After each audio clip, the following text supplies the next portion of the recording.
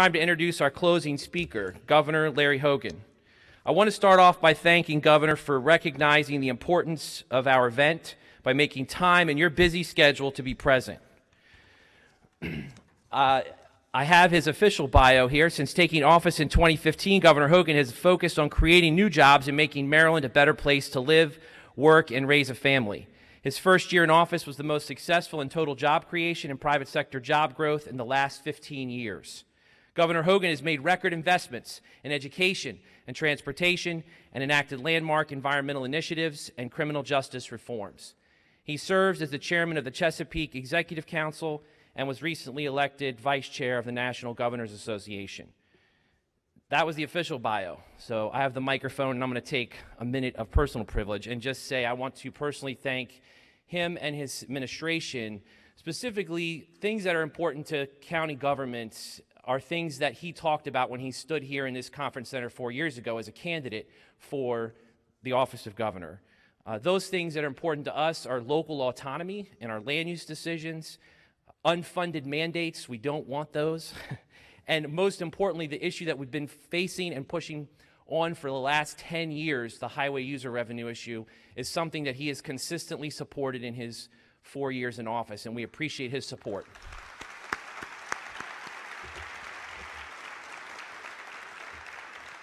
Governor, we're very interested in your comments this morning. Any details you may wish to share about future policy initiatives.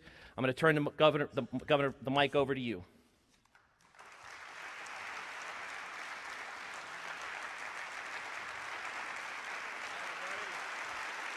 Good morning. Wow. Good morning. How's everybody this morning? My gosh. Thank you so much. Thank you all very, very much. Good morning. Wow. Man. Good morning. Thank you, guys. What did they put in the coffee this morning? Wow. Well, good morning, everyone. Thank you so much for that very warm welcome. Thank you all for being here this morning. I thank many of you for coming to our event last night at Secrets. Quite frankly, I'm surprised to see you here this morning, especially so enthusiastic, but thank you so much. It's really great to have the opportunity to be here with you again.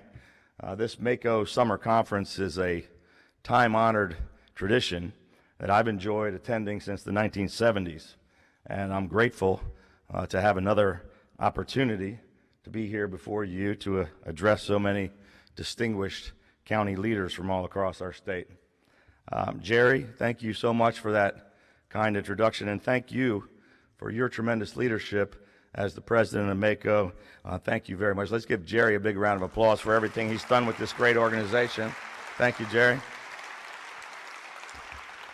And let's also take a moment just to show our appreciation for Michael Sanderson and the entire Mako staff for what I think is the best Mako Summer Conference has ever been put together, and they did a lot of work to make it happen. Thank you, guys.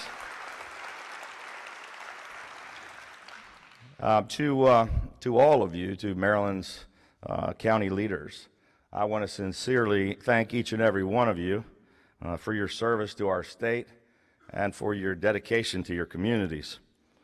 Over the past 4 years, I've had the opportunity to travel from one corner of the state to the other, to every single jurisdiction, and I've had the opportunity to see your leadership firsthand. I know that all of you are dedicated public servants who care deeply about the people you represent, and each of you knows full well that real leadership isn't about making empty promises, it's about making tough choices. And I want to thank each and every one of you for the hard work that you do in your counties. I want to thank you and thank your organization for being such incredible partners with our administration over the past 4 years. This conference, to me, is much more than just a speaking opportunity. This conference is a chance to meet with and listen to and engage with the men and women who are working hard every single day to balance budgets and meet the needs of their county governments and to directly address the concerns of Maryland's citizens. And for me, it truly has been an honor to serve as your governor and to have had the opportunity to work with Maryland's local leaders over the past 4 years. Attending MACo's annual conference every year has been a priority for me, and nothing would have prevented me from being here with all of you today. In fact, only one thing ever kept me from attending this annual conference, and that was when I had just been diagnosed with very advanced and aggressive cancer, and I was in the hospital. Just at the start of this is when I first went into the hospital. I was planning to be here. I was receiving 24-hour-a-day chemotherapy treatment. But trust me, I would have much rather been here with you than going through that. But let me just take a moment to say, that I'll never forget the outpouring of love and support and prayers that I got during that very difficult time from all of you. I remember seeing the video, and then there was a big giant card that everybody signed, and I can tell you it meant a lot. And I can't tell you how great it is to be standing here with all of you today, 100% cancer-free and in complete remission, feeling strong.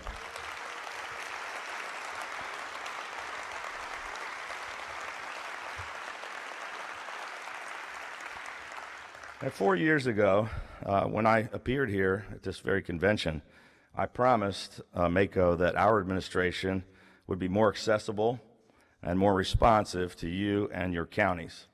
And we pledged that many of the areas which had been forgotten and ignored would no longer be neglected.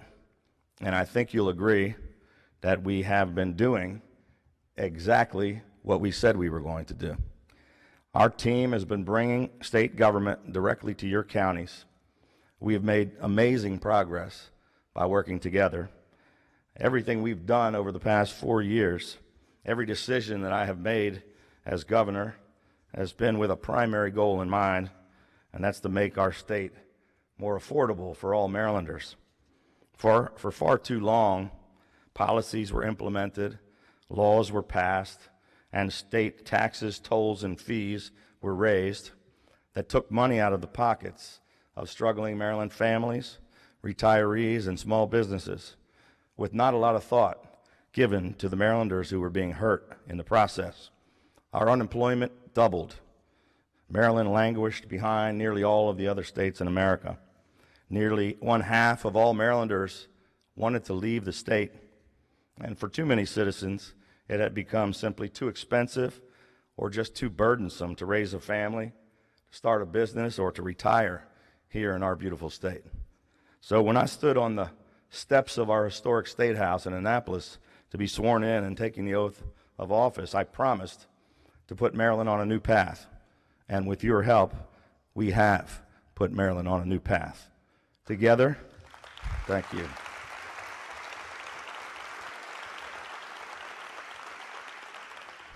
Together, we are making Maryland more affordable. We cut taxes, tolls, and fees 4 years in a row by $1.2 billion. And we put all that money back into the pockets of hardworking Marylanders, retirees, and small businesses, and back into our growing economy. As a result, we had the best year for business in Maryland in more than a decade, the best year for job growth in 15 years. We went from losing 100,000 jobs to gaining 100,000 jobs. More businesses have been opened and more people are working than at any other time in the history of our state.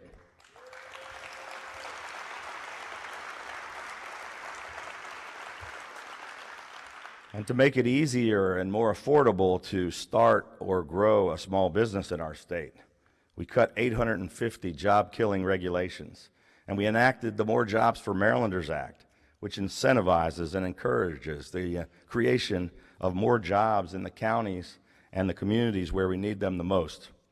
We recently created 149 new opportunity zones in every single county across the state in order to incentivize and encourage further investment and revitalization. Last month, the Maryland Department of Housing and Community Development, along with our Department of Commerce, hosted one of the nation's very first Opportunity Zone conferences to explain the benefits of the program to more than 400 local government leaders, nonprofits, developers, and investors. Education has been a top priority from day one of our administration. We not only fully funded education in all our counties 4 years in a row, but we went above fully funding by investing a record $25 billion in K through 12 education. No governor in the history of the state has ever invested this much in education.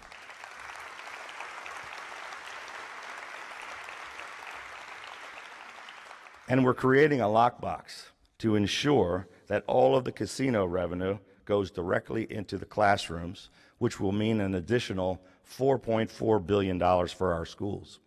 And we're leading the fight for more accountability in our local school systems by raising academic standards, rooting out corruption and mismanagement, because I believe that every single child in Maryland deserves a world-class education regardless of what neighborhood they happen to grow up in. And we strengthened school safety and added school resource officers and mental health counselors to make our schools safer, because no mom or dad should ever have to worry when they send their kids off to school in the morning whether their son or their daughter is going to come home safely. And since Washington has continued to fail us on solving the healthcare crisis, we decided to take decisive action ourselves with the help of President Miller and Speaker Bush. We were working together in a bipartisan way. We were able to stop 50% increases in health insurance rates and trying to make our state more affordable with health care, and by protecting the coverage of hundreds of thousands of Marylanders. Now, your theme, I think, of this conference this year is water, water everywhere, because water policy has become critically important across the country, and states face water shortages, flooding, and water quality issues that impact drinking water and public health, the environment, economic development, and food production. I was recently elected as the Vice Chairman of the National Governors Association. I also serve as the co-chair of their Water Policy Institute, where we share our ideas and successes with leaders all across the country. And as chairman of the six-state Chesapeake Bay Executive Council, we've been fighting to protect and restore full federal funding for the Chesapeake Bay. We have fully funded all bay restoration efforts in Maryland 3 years in a row. We fully funded program Open Space for the first time in more than a decade, and we fully funded the Chesapeake and Atlantic Coastal Bays Trust Fund for the very first time in state history. In total, we've committed an historic $4 billion toward wide-ranging bay initiatives. That's far more than any other administration in Maryland history. And our investment is paying off. All of our hard work is paying off. On its latest report card, Chesapeake Bay received its highest score for water quality ever recorded, the best in 33 years.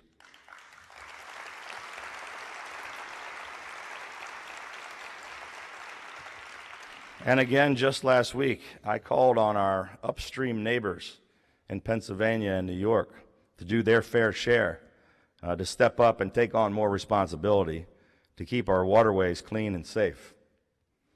821 transportation projects totaling more than $8 billion are currently under construction as we sit here this morning from one end of the state to the other.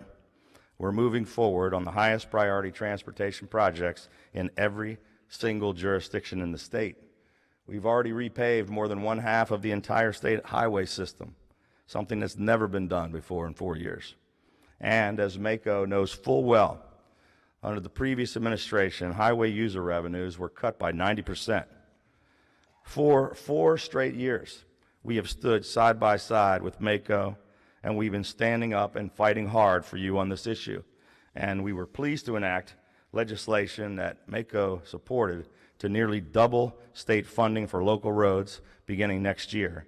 And now we finally have a path forward to fully restore highway user revenues to their record high levels.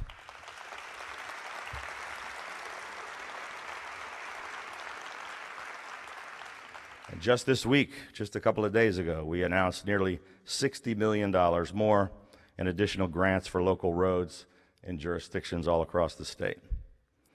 Over the past 4 years, we have made incredible progress together. We've made critical investments in each of your counties So far, we've invested $30 billion in local aid to your 24 jurisdictions. That is the highest level ever in the history of our state. When I became governor, we committed to MACo that our administration would be more accessible and more responsive than ever before. And again, we have done exactly what we said we were going to do. 4 years ago, I said that I believed that the only way to effectively govern this state would be with a strong partnership between state government and all of our local leaders working together. And that's exactly what we have done. Ladies and gentlemen, for 4 years, we have consistently achieved real, bipartisan, common sense solutions to the serious problems that faced us. We've worked together to grow Maryland's economy and to put more people to work. We've worked together to make Maryland more affordable, to fully fund our schools and to make them safer, and to make our environment cleaner and healthier. Working together, we have changed Maryland for the better, and our state is stronger than it has ever been before. According to the Washington Post, more people are pleased with the direction of our state than they have ever been, ever in recorded history. That's not bad.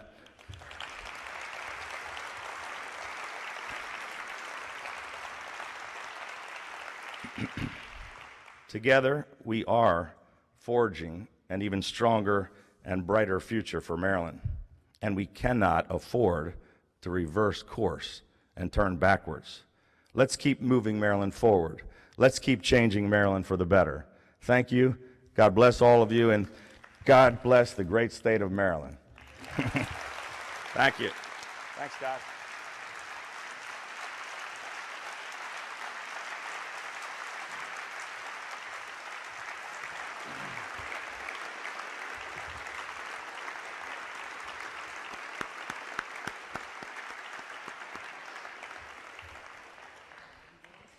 Governor, thank you very much for being here and addressing us, for working with us on so many issues. It's been great having you participate in our conference this week, and it was great to see you at the Crab Feast along with the Lieutenant Governor.